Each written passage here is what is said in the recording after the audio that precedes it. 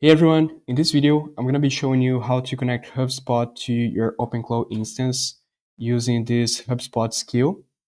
The skill depends on this HubSpot access token environment variable, and it teaches OpenClaw how to interact with the HubSpot API. So the first thing we have to do is to navigate to the settings page on HubSpot. Then under integrations, click on service keys. And I have already created a service key, but I'm just going to show you how it works here. So give it a name and add scopes. Scopes really depend on what permissions you want to give to OpenClaw. In this case, I'm just going to give it contacts read and contacts write.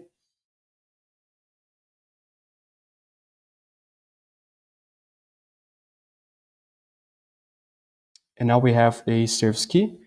So back to OpenClaw. Let's click on config, then environment. Scroll down, and under the custom entries, you can click on add entry. Give it this name, and then copy and paste your HubSpot access token on this input.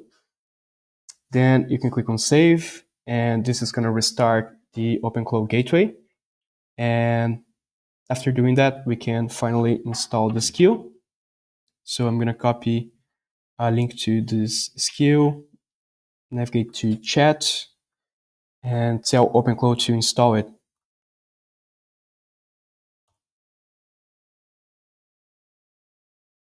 Okay, so the skill has been installed and it's asking us to set the environment variable. I'm just going to tell OpenClaw that we have already done that. And as a test, let's ask it to retrieve the contact list.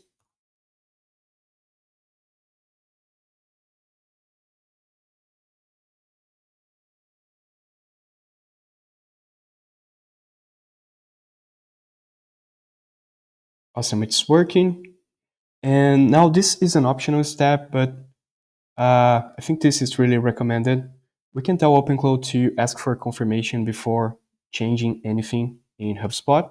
Before creating, deleting, or updating anything in HubSpot, ask for confirmation.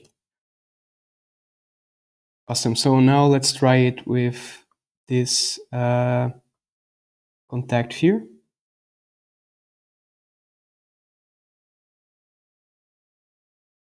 It's asking for confirmation. Let's approve. Whoops. Let's just go with yes. Great. So it has been removed. We can double check that.